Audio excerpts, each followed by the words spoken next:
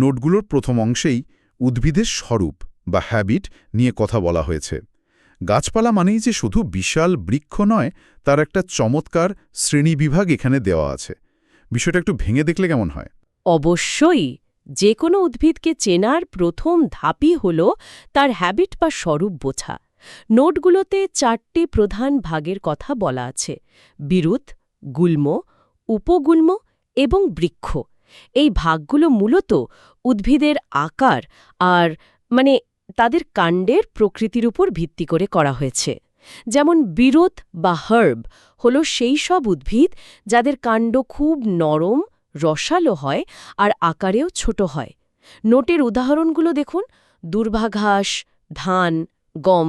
এদের জীবনচক্র সাধারণত একটা ঋতুতেই শেষ হয়ে যায়। অর্থাৎ এরা হলো উদ্ভিদ জগতের স্বল্পমেয়াদী বাসিন্দা। আচ্ছা, এরপর আসছে গুল্ম বা শ্রাব। নোট অনুযায়ী জবা, রঙ্গন, গোলাপ, বাসক এগুলো সবই গুল্ম। তার মানে কি আমাদের বাগানের বেশিরভাগ সুন্দর ফুলের গাছ? একদম, ওগুলো সবই আসলে গুল্ম। আসলে গুল্ম। বৃক্ষের সাথে এদের মূল পার্থক্যটা তাহলে শুধু আকারেই নয়, বরং এদের শাখা প্রশাখার গঠনেও। শক্ত, কিন্তু এদের কোনো নির্দিষ্ট গুড়ি বা ট্রাঙ্ক থাকে না, যা একটা বড় গাছের বৈশিষ্ট্য। গুল্মের ক্ষেত্রে গোড়ার কাছ থেকেই অনেকগুলো শাখা প্রশাখা একসাথে ঝোপের মতো করে বের হয়। এটাই এদের বৃক্ষ থেকে আলাদা করার সবচেয়ে সহজ উপায়। বোঝা গেল। কিন্তু এরপরেই নোটগুলোতে একটা অদ্ভুত শব্দ আছে, উপগুল্ম বা আন্ডারশ্রাব। গুল্ম আর উপগুল্ম, এই দুটোর মধ্যে পার্থক্যটা ঠিক কোথায়? নোটের উদাহরণগুলো যেমন কালকাসুন্দা বা দাঁতমর্দন, এগুলো তো খুব পরিচিত নাম নয়। আমাদের দৈনন্দিন জীবনে পরিচিত এমন কোনো উপগুল্মের উদাহরণ কি আছে, যা আমরা প্রায়ই দেখি কিন্তু এভাবে ভাবি না? খুব ভালো প্রশ্ন। পার্থক্যটা সত্যি খুব সূক্ষ্ম। উপগুল্মগুলো গুল্মের চেয়ে আকারে ছোট হয় আর এদের কাণ্ডের শুধু গোড়ার দিকটাই শক্ত বা কাষ্ঠল হয়, ওপরের অংশটা কিন্তু নরম, প্রায় বিরুতের মতো। আর আপনার প্রশ্নের উত্তরে আসি, সবচেয়ে পরিচিত উদাহরণটি হল বেগুন গাছ। ভাবুন, আমরা সবাই বেগুন দেখেছি, কিন্তু এটাকে যে উদ্ভিদবিদ্যার ভাষায় একটা উপগুল্ম বলা হয়, এটা আমাদের ধারণার বাইরে। কি বলছেন? বেগুন গাছ একটা উপগুল্ম? এটা তো দারুণ একটা তথ্য। তার মানে পরের বার বাজারে বেগুন দেখলে শুধু সবজি নয়, তার পিছনের গাছটার কথাও মাথায় আসবে। আর সবশেষে আসছে বৃক্ষ বা ট্রি, যা আমরা সবচেয়ে সহজে চিনি। আম, জাম, কাঁঠালের মতো বড় শক্ত গুড়িবালা উদ্ভিদ। তাহলে আমাদের চরিত্রদের প্রোফাইলিং শেষ। আমরা এখন জানি উদ্ভিদ দেখতে কেমন হতে পারে। একদম। এই শ্রেণীবিভাগটা আমাদের একটা কাঠামো দিল। এখন শুধু গাছ না বলে আমরা আরও নির্দিষ্টভাবে তাদের চিনতে পারব। এটা অনেকটা জীবজন্তুদের চেনার মতো। কোনটা পাখি, কোনটা সরীসৃপ, এটা জানার মতোই প্রাথমিক কিন্তু খুব গুরুত্বপূর্ণ একটা ধাপ। বাহ! ভ্যাগন দাচনে বাইরের গঠন দেখেই তার সম্পর্কে অনেক কিছু বলে দেয়া যায়, কিন্তু আসল ঘটনা তো ঘটে মাটির নিচে, তাই না? উদ্ভিদের মূলের জগৎটা তো আরও রহস্যময় হওয়ার কথা। আমাদের কেসের আসল ক্লু তো ওখানেই লুকিয়ে থাকতে পারে। নোটগুলোতে এই বিষয়ে কি বলা আছে? মূলের জগৎটা সত্যিই অসাধারণ। নোটের আলোচনা শুরুই হয়েছে দুটি প্রধান ভাগ দিয়ে: প্রধান মূল বা ট্যাপরুট এবং গুচ্ছমূল বা ফাইব্রাস রুট। প্রধান মূলকে আপনি একটা নোঙরের সাথে তুলনা করতে পারেন। ভ্রূণমূল থেকে একটা মোটা সোজা মূল মাটির গভীরে চলে যায় আর তাকে আঁকড়ে ধরে। এর পাশ থেকে শাখা প্রশাখা বের হয়। দ্বিবীজপত্রী উদ্ভিদ যেমন আম, জাম বা মূলা, গাজর, এদের এই নোঙরের মতো মূল থাকে। আর গুচ্ছমূল?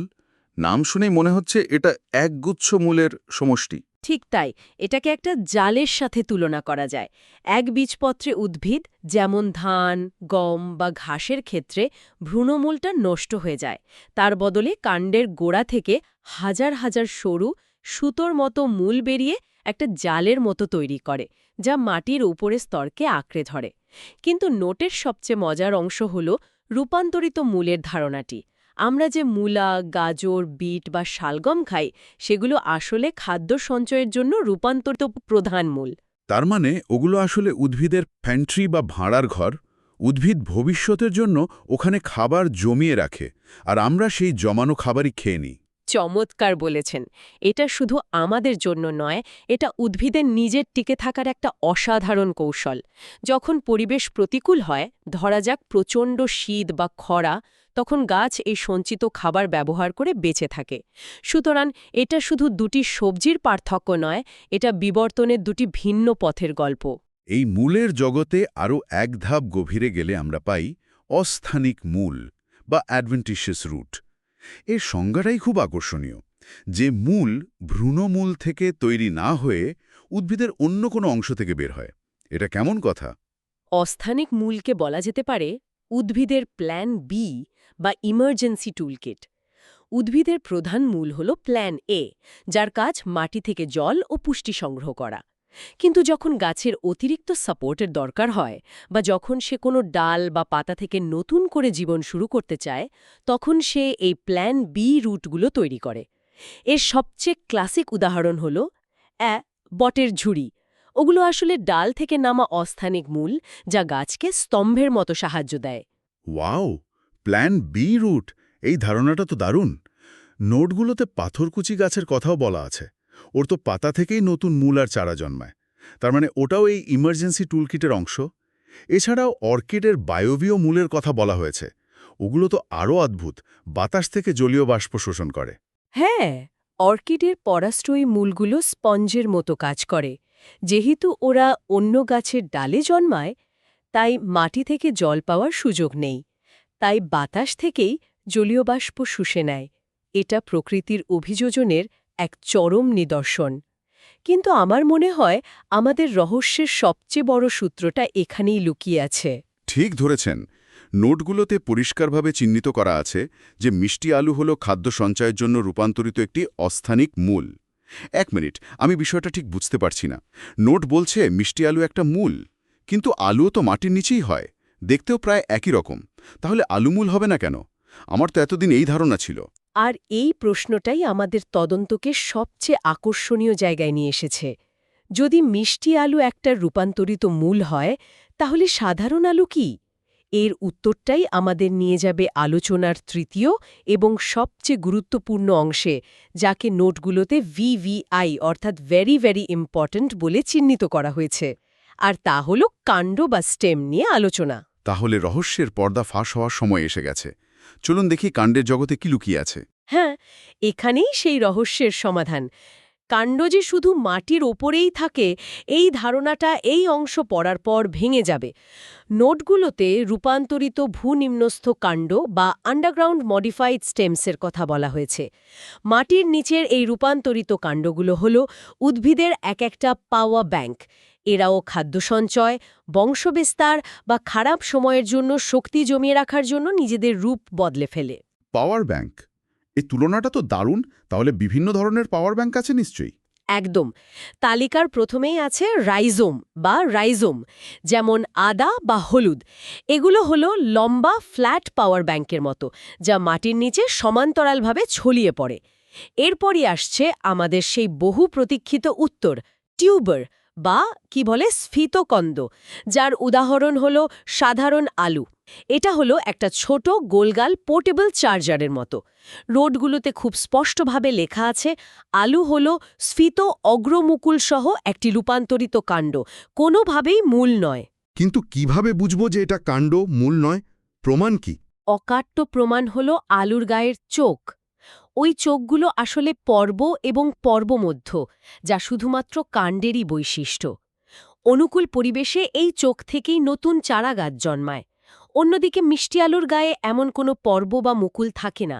এই একটি পর্যবেক্ষণই বুঝিয়ে দেয় যে আলু একটি কাণ্ড আর মিষ্টি আলু একটি মূল। সুতরাং আলু হলো সেই ছদ্মবেশী কাণ্ড। একদম। তার মানে আলুর গায়ে যে ছোট ছোট গর্তের মতো থাকে, সেগুলো আসলে নতুন গাছ তৈরির অঙ্কুর। আমি তো এতদিন ওগুলোকে কেন দাগ মনে করতাম। এটা তো অবিশ্বাস্য। তাহলে আমরা যখন আলু লাগাই, তখন আসলে আমরা গাছের কাণ্ডের একটা অংশই মাটিতে পুঁতে দিচ্ছি। ঠিক তাই। শুধু আলু আর মিষ্টি আলুর পার্থক্য জানাটা একটা মজার তথ্য নয়, এটা আসলে উদ্ভিদের দুটি ভিন্ন ধরনের টিকে থাকার কৌশলকে তুলে ধরে। কাণ্ড বা স্টেমের মাধ্যমে বংশবিস্তার করা, মানে আলুর চোখ থেকে নতুন গাছ হওয়া, এটা অনেক দ্রুত হয়, যা উদ্ভিদকে দ্রুত কোনো জায়গা দখল করতে সাহায্য করে। অন্যদিকে মূলের মধ্যে খাদ্য সঞ্চয় করা উদ্ভিদকে দীর্ঘ সময় ধরে প্রতিকূল পরিবেশে যেমন খরা বা শীতে টিকে থাকতে সাহায্য করে। বাহ, তালিকাটা কিন্তু এখানেই শেষ নয়। এরপর আছে বাল্ব বা কন্দ, যেমন পেঁয়াজ ও রসুন। এটাকে তাহলে কোন ধরনের পাওয়ার ব্যাংক বলা যায়? পেঁয়াজ বা রসুন হল লেয়ারে লেয়ারে বানানো একটা ব্যাটারির মতো, যার বাইরের স্তরগুলো সুরক্ষা দেয় আর ভেতরের রসালো স্তরগুলো শক্তি জমিয়ে রাখে। আমরা পেঁয়াজের যে অংশটা খাই সেটা আসলে রসালো শল্কপত্র, যা একটি খুবই সংক্ষিপ্ত কাণ্ডকে ঘিরে থাকে। আর আছে কর্ম বা গুড়িকন্দ, যেমন ওল। একে আপনি একটা ঘন সলিড স্টেট পাওয়ার ব্যাংকের সাথে তুলনা করতে পারেন। আদা, আলু, পেঁয়াজ, ওল সবকটি রূপান্তরিত কাণ্ড, কিন্তু প্রত্যেকে দেখতে এবং কাজ করতে সম্পূর্ণ আলাদা। এটা ভাবলে অবাক লাগে যে টিকে থাকার জন্য একটা সাধারণ কাণ্ড কত ভিন্ন ভিন্ন রূপ নিতে পারে। প্রকৃতি সত্যি একজন অসাধারণ শিল্পী। আচ্ছা, কাণ্ডের রূপান্তর ছাড়াও তার আকৃতি নিয়েও তো কিছু মজার তথ্য আছে নোটে? হ্যাঁ, আছে। যেমন নোট অনুযায়ী ঘাস গোত্রের বা পোয়েসি পরিবারের উদ্ভিদের কাণ্ড সাধারণত ফাঁপা হয়। আবার সাইপারেসি গোত্রের উদ্ভিদের কাণ্ড হয় 3 কোণা বিশিষ্ট। আর ল্যামিয়েসি গোত্রের, যেমন পুদিনা বা তুলসী, তাদের কাণ্ড হয় 4 কোণা বিশিষ্ট। চারকোনা কাণ্ড। আমি এইমাত্র আমার বাড়ির তুলসী গাছটার কথা ভাবছি, আর আমার মনে হচ্ছে আমি কখন এর কাণ্ডটা খেয়ালই করিনি। আলোচনার শেষে আমাকে গিয়ে দেখতে হবে। এটা তো দারুণ একটা ব্যাপার।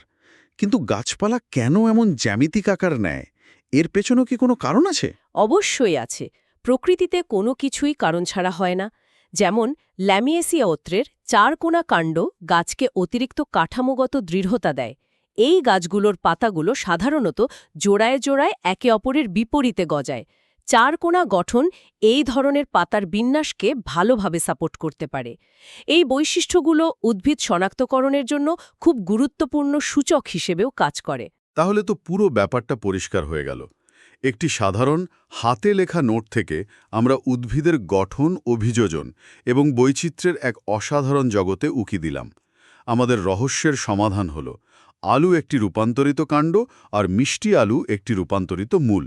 আমরা গাছের হ্যাবিট বা স্বরূপের বিভিন্ন ধরন, যেমন বিরুৎ, গুল্ম, উপগুল্ম আর বৃক্ষের পার্থক্য বুঝলাম। এই বাহ্যিক বৈশিষ্ট্যগুলো বোঝা মানে উদ্ভিদ জগৎকে চেনার প্রথম ধাপ পার করা। এর মাধ্যমে আমরা উদ্ভিদের অভিযোজন এবং টিকে থাকার অবিশ্বাস্য কৌশলগুলোকে আরও ভালোভাবে উপলব্ধি করতে পারি। এই আলোচনার পর আমার বিশ্বাস, বাগানে বা সবজি বাজারে গিয়ে গাছপালাকে দেখার দৃষ্টিভঙ্গিটা নিশ্চয়ই কিছুটা হলেও অন্যরকম হবে। প্রতিটি গাছের পেছনেই একটা গঠনগত এবং বিবর্তনের গল্প লুকিয়ে আছে। অবশ্যই। এই সংক্ষিপ্ত আলোচনা থেকে একটা বিষয় স্পষ্ট, যে সাধারণ দেখতে গাছপালার ভেতরেও কত অসাধারণ বৈচিত্র্য এবং জটিলতা রয়েছে, যা খালি চোখে হয়তো আমরা এড়িয়ে যাই। ঠিক তাই। আর এখানেই কিন্তু আমাদের ভাবার জন্য একটা নতুন প্রশ্ন তৈরি হয়। সেটা কি? এই নোটগুলোতে আমরা আবৃতবীজী উদ্ভিদের মূল, কাণ্ড এবং স্বরূপ নিয়ে বিস্তারিত আলোচনা করলাম।